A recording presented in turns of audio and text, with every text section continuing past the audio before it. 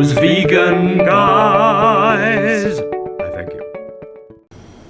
Well, hello beautiful people, and welcome to another kitchen vlog with me, Paul. Now, this is quite a strange one today, because it has nothing to do with veganism whatsoever, but it's a vlog that I have been mulling over doing for a long time because of my views on the subject.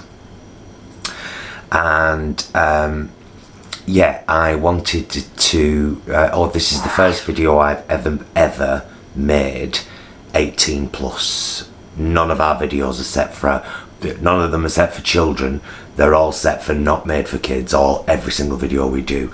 But this video I'm going to, at this point, set as adult only, so that you have to sign in and verify your age, because I do think that the subject matter is not suitable for young people. And even though this might serve as a precautionary warning to some people, and they might sneak through and see it, and therefore if they do, they must know that this is a precautionary tale. Above all else, I'm going to be talking frankly about sex. I'm going to be talking frankly about sex work. I hope you like the new thing, by the way. I was so sick. Jason pointed out the other night that the reason our camera might be struggling when I do my usual place in the kitchen is because the kitchen cupboards behind are kind of skin tone, and so it's you know, struggling. So I thought, right, well, I've got this fabulous thing, and it's in the corner of the kitchen, sellotaped on a curtain pole. Nothing but class on this channel. So right, my history of sex work. As I said, this is going to be the most personal vlog I've ever done, and then we've done some quite personal vlogs, as in, you know, sharing our personal lives. For example, the one that tells you when and why we started this channel and where we hope to go with it. Quite a lot of personal detail in there. I will link it up there in the little eye. So if you're on a mobile phone, you press the screen, you'll see a little eye. You touch the eye, any videos I mention will appear under the video. The same if you're on a computer. If you just wave your mouse over the screen, you'll see the eye. Or if you pause, you'll see the eye. Click the eye. All the videos I mention will appear underneath the video. So yeah, there's that one. And there's also a lovely little one we did because of our 10-year wedding anniversary. Yeah, I will link that up there too. Cute video. Like doing that one a lot. And of course we talk about LGBTQ subject matter quite a lot. There is an extremely personal video that I made 2 weeks after my dad died, talking about my personal experiences with him and how we fixed everything before he died. I'll link that one up there. And there's also a really good kitchen chat video with Jason and I, just talking about homophobia, and that's another video really worth watching, so I'll link that one up there too. But let's get on with the story. So I'll have to fast forward through bits, but when I was very young, I ended up on the gay scene in Manchester. So I was 10 years old, but I said that I was 12 so that I could go to the Gay Youth Centre, as it was, 61A Bloom Street, run by a wonderful woman called Joyce, who I'll never ever forget as long as I live. She was incredible, and her lovely son Kevin. And the very first time I went there, I felt like I was home, because I'd been made to feel alien, or, you know, different, or I didn't know anyone else who was, although my sister was gay, she was older than me. And so suddenly I was in this world of all these young gay boys who were older than me. So they all thought I was 12, and some of them were 12, 13, 14, 15, 16. And a large majority of them were what they called rent boys. A rent boy is a male sex worker. That was the term that was used in the 80s. So I'm not saying anything offensive there. That was what we called ourselves. See where I'm going with this? My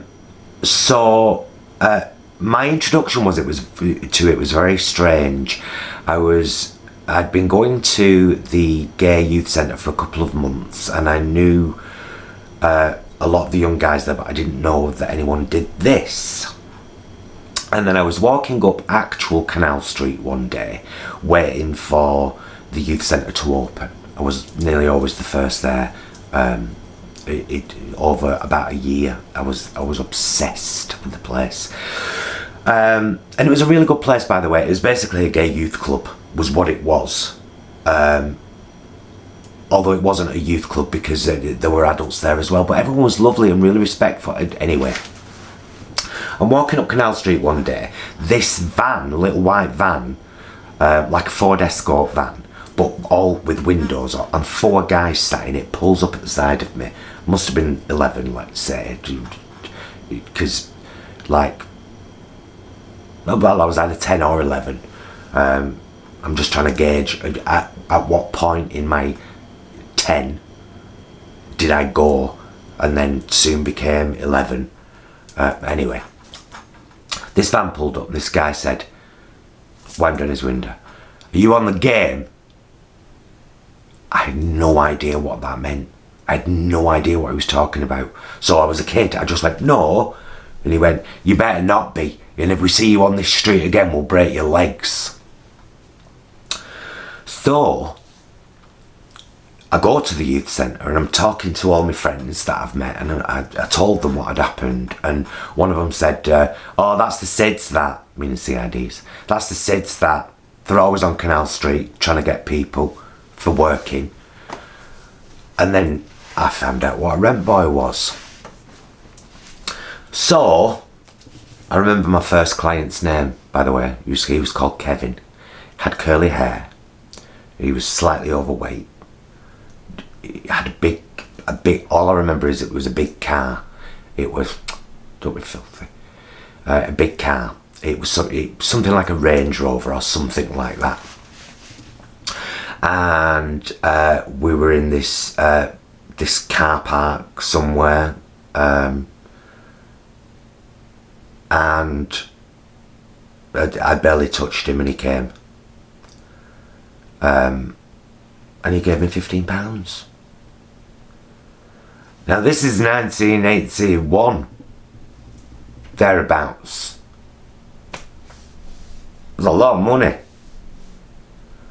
And I was hooked. Now it has to be said that a lot of the clients I would have had were officially paedophiles, because I was a kid. But I didn't see that at the time. It was all the lads did it, all the young lads did it. And we all used that money to go out to the clubs and stuff. I was going to clubs when I was 12. I've always looked older than my age. I don't now. Karen, don't even go there. So yeah, and so I spent a few years doing this, and then there's this, and I have to tell you this story because it sticks with me to this day. There's a lovely Scottish girl called Irene. I'll never forget her. She was lovely, and I used to stand in this doorway and chat to her a lot, and we'd smoke fags and stuff. And there was this one night, and she felt really poorly, and she knew the doorman from the Rembrandt, which is a pub on the corner. I'm sure he was called Brian. Big guy, lovely man, 80s moustache. And she asked Brian if she could sit in his car for a bit, because at that time you could actually park on Canal Street. There were very few bars. It wasn't, you know, the village it is today. all the LGBT bars were scattered around the city, which in some ways was a lot better in my opinion. Anyway, she said to Brian she felt poorly and could she go and lie down in his car. And I was with her when she said it. She went and lied down in his car, and then I went home and everything. Found out the next day she died in his car. I didn't know she was a heroin addict. But yeah, she died in his car. And so I got a very... I'm going to say it. I got a very seedy introduction to the city and to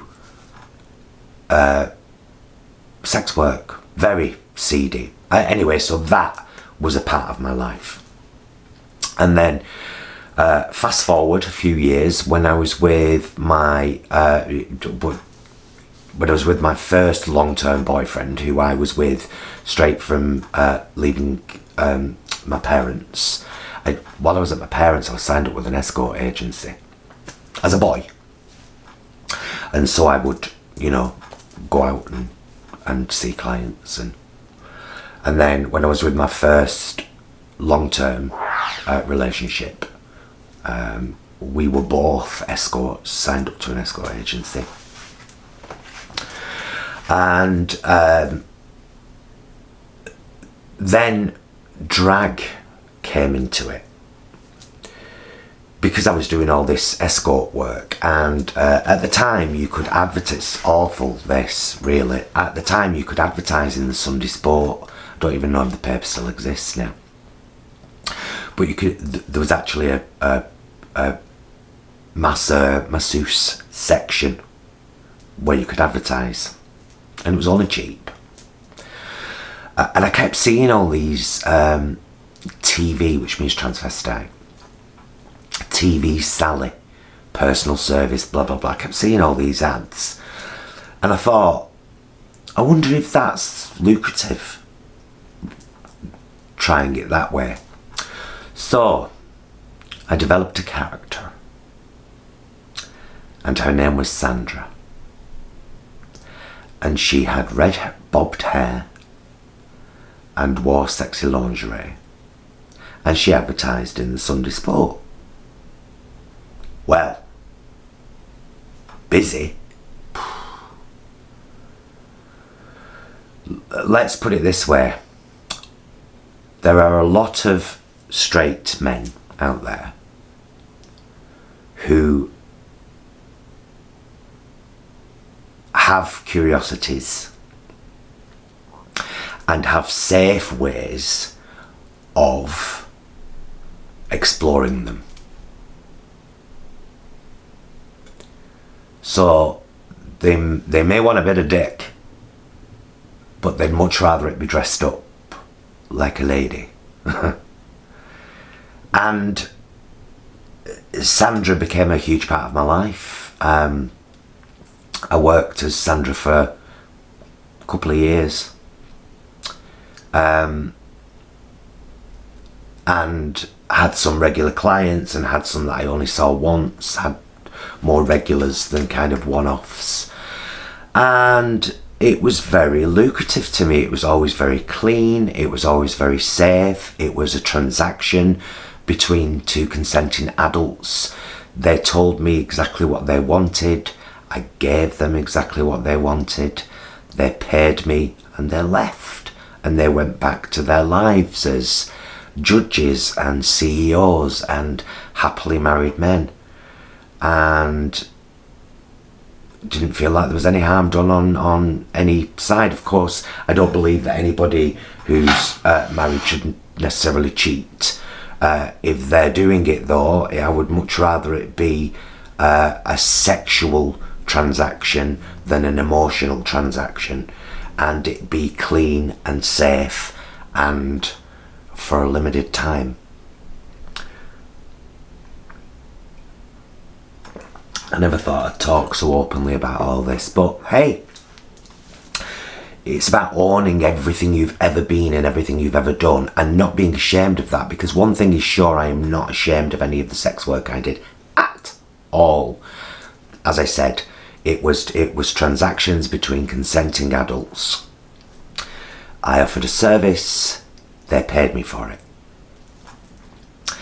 So Sandra was quite popular, and then I got a little bit kind of bored of doing the whole from home thing. It started to feel a little less safe, not for any particular reason. I think it was just the climate, the time. That would have been very early 90s. Well, maybe about, very early 90s. And so I started to visit all the massage parlours in my hometown of Oldham. And I got chatting to, there was one called Candy's, and it was near the library in Oldham many years ago. It's a car park now. I'm sure it was an auction house as well. But it was Candy's, like steam sauna health studio. And I went to see the manageress there and got talking to her and had a really good talk. And she said, I'm happy to try. You know, they'd never had a TV in there before. And so she said, I'm willing to give that a try. And so she started advertising that, and lo and behold, there was a big call for it. And there was also a big call, very strangely, for men coming to see the women in there, but wanting me, as Sandra, to either join in or just sit and watch and play with myself.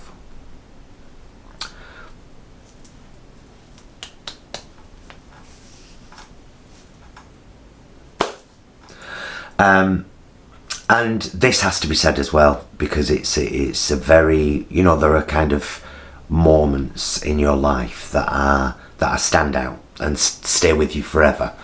I'm not, look at this, me with sun rays round here. Should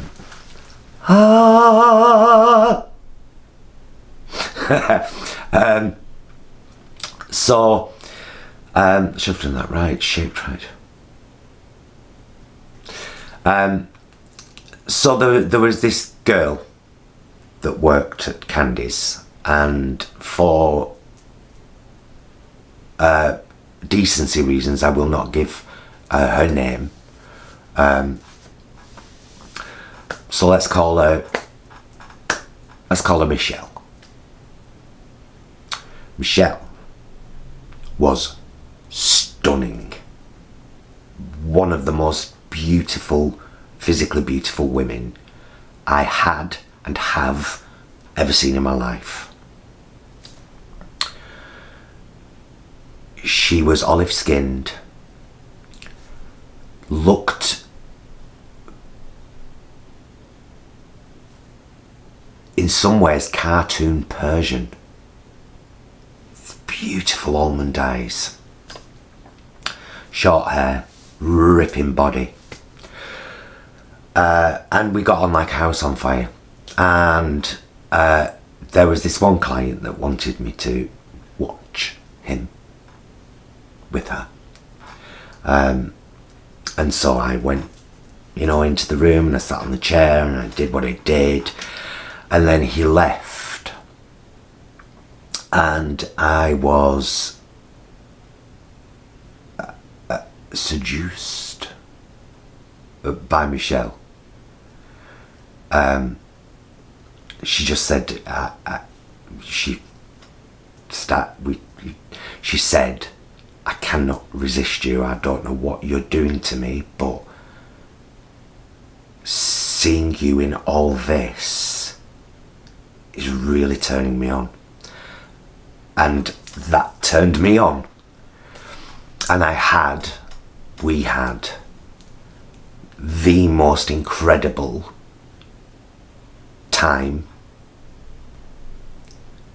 passionately and sexually, that I have had ever in my life. And it was like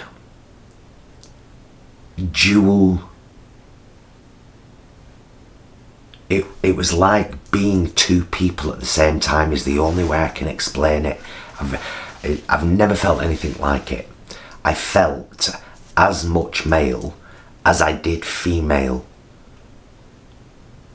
in that moment. And I think it was because Michelle was enjoying both of those sides of me and could also see them and was also acknowledging them. And so yeah, and I still see Michelle occasionally, and she's a beautiful middle-aged woman now, married with kids, and you know, the very odd occasion, like maybe every 3 years or something, I'll bump into her in the town centre and we'll have a chat, and it's always lovely to see her. But that was a marked moment. Anyway, fast forward, I start working at this new sauna in Salford. So I'm there as kind of madame and consultant. So I'm helping to interview girls. I'm working myself. And I had some really fun times there. And I used to get picked up in a Porsche, no less, and brought home afterwards. So yeah, no complaints from me, honey. And then something very strange happened there. Keeping my eye on the time, I realise this is a long vlog. Something very strange happened there. I got a phone call from my partner at the time, Patrick, who said, Granada TV have just phoned. You need to call such a body in casting. So I called June in casting, and she said, we have a part for a drag queen in Prime Suspect 3. It's small, it's just a moment on a stage in a nightclub where you'll be miming a song. Will you do it? Yes, of course I'll do it. Here are the 3 songs to learn.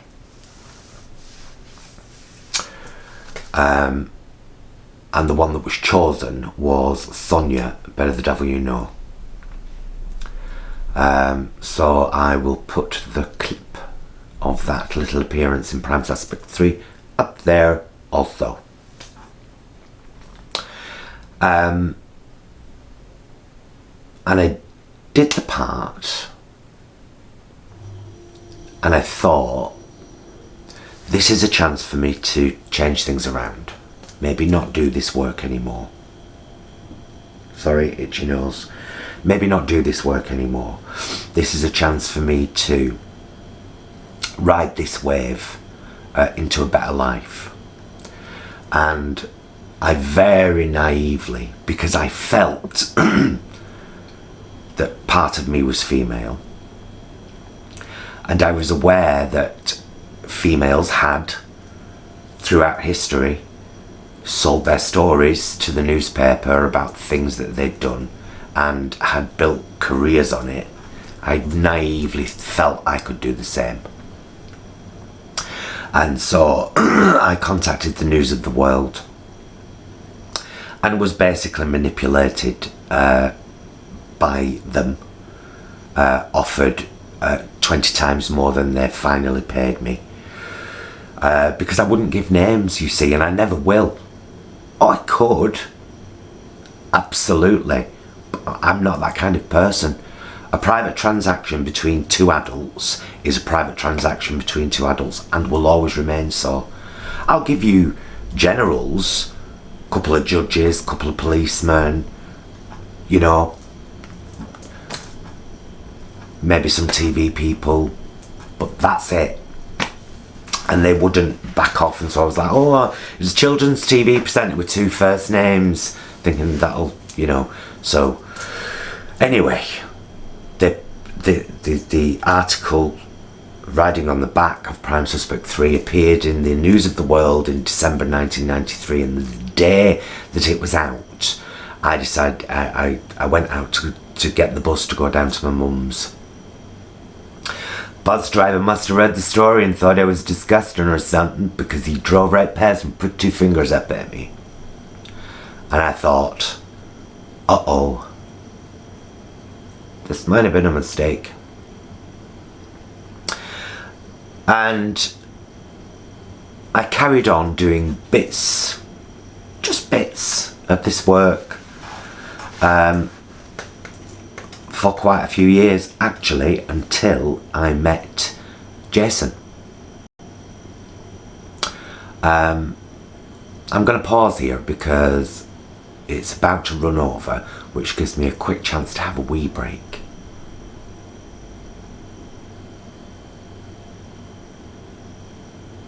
Yes, a wee break, and then I'll finish the story. I must remember where I was. Oh, I was still doing it. Right. Yeah, because it'd be interesting for you to find out how it ended. Because it did end a couple of decades ago. And that was a good thing too. A few moments later. Much better! Thanks, Becca. Let's keep that one forever.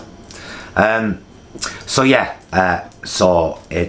let's fast forward to 1997, and I'm still working, and then I decide that I want to go to college.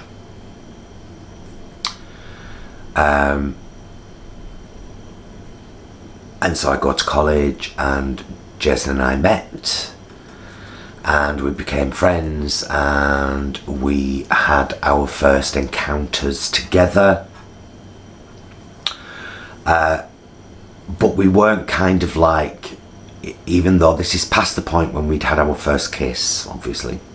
And so technically we were in a relationship, but we'd kind of discussed it and said, look, let's have fun when we're together, but no ties. You do what you want, I do what I want, you know. And then so I had this client, and I asked Jason to be my watcher, which is basically just be downstairs for safety reasons. I never ever did clients on my own. Ever, not ever. There was always somebody in my flat or house or whatever when I did that. The watcher. Sounds ominous, that, doesn't it? So I asked Jason if he would be my watcher. Still living with Patrick at the time, although not in a relationship. Separate bedrooms. And he wasn't around, so anyway. So I did the client, and then I came downstairs, and Jason said, I can't ever see you do that again. This is more than I thought it was. So don't do it.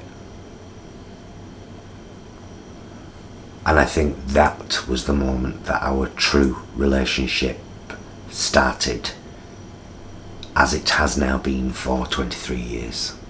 Well, in our 23rd year. So I stopped for love, which is a beautiful ending to a twisty tale, isn't it? But so my reason for wanting to share this with you is that I saw an article recently in The Independent, but it was actually from 2017, and somebody had shared it on Facebook, you know, like they do, telling you someone, oh look, someone's died and it's 10 years old. But I found the article interesting. It was about a thread on Reddit where sex workers were talking about their first experiences.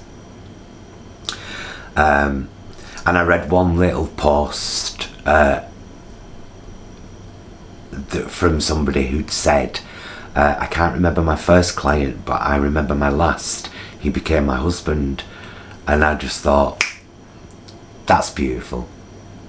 And now I'm going to tell my tale. So yeah, it's a precautionary tale in that I don't know if it's the same now on gay scenes in general, but it was a very normal part of being a teenager when I was a teenager. And of course in today's world that would be so dangerous. I mean, it was dangerous then, but it would be so dangerous. But should sex work be frowned upon? Absolutely not. I never ever in all of my years of it ever met anyone who was forced into it by somebody else. Not once, not ever. I only ever met consenting adult females and males, women and men, theirs and thems, who had made a conscious decision that this was something they could and didn't mind selling. And so they did. And it will always be an integral part of my life history, and it's not ever going to be anything that I'm ever going to be ashamed of, no matter what, because everything that I've ever done, everything that I've ever said, every job I've ever done has put pieces in me to make me the person I am today.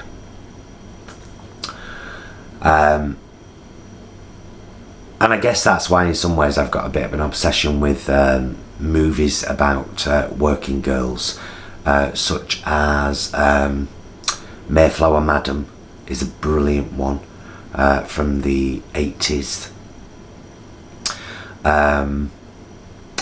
What's that one called? Crimes of Passion with Kathleen Turner, China Blue, was another brilliant one. But my favourite of all time is Nuts with Barbra Streisand. It's one of her most outstanding, to me, performances that she's ever done. Richard Dreyfuss is in the film too. Just amazing. Told you I was made of movies. I installed bits of all of these throughout my kind of working boy, working girl career. And yeah, it's a part of my history that I'm happy to talk about, that I don't feel ashamed of, that is something that's been around a long time. And I know that sex workers kind of get a real bad rap, but how rude to look down on anybody for doing anything that they consent and choose to do to make themselves financially independent. So yeah, hopefully throughout this video I have found relevant images, maybe, and flopped them up on the screen, and I know for a fact I have mentioned 5 videos linked up there. I think I have anyway. If you're watching this on Friday the, what date is it today? Is it the 11th? It is, isn't it? Yes, if you're watching this on Friday the 11th of January 2019. No, silly Paul. Friday the 10th, I'm sorry. If you're watching this on Friday the 10th of January 2020, then tomorrow, Saturday the 11th of January 2020, we will be launching the first episode of Frock the Fortnight with the Vegan Queens. So please do keep your eye on that. And I think Jason and I will probably be doing a shopping vlog this weekend, and it's probably going to be Tesco's, because that's the one with the most votes in our poll on our community page. Don't forget to go over and check out our channel and look at all the playlists and all the content there, and look at the community page there. And thank you very much for watching. Don't you dare judge me now, just because you know me better. Thanks very much for watching. Be excellent to yourselves and each other.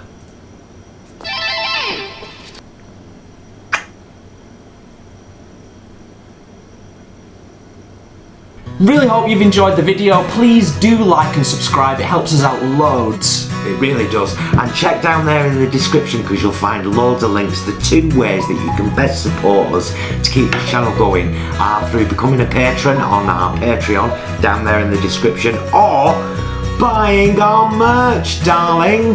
Fabulous link down there. We deal with a fabulous vegan company called Vegan Original. Check it out, guys.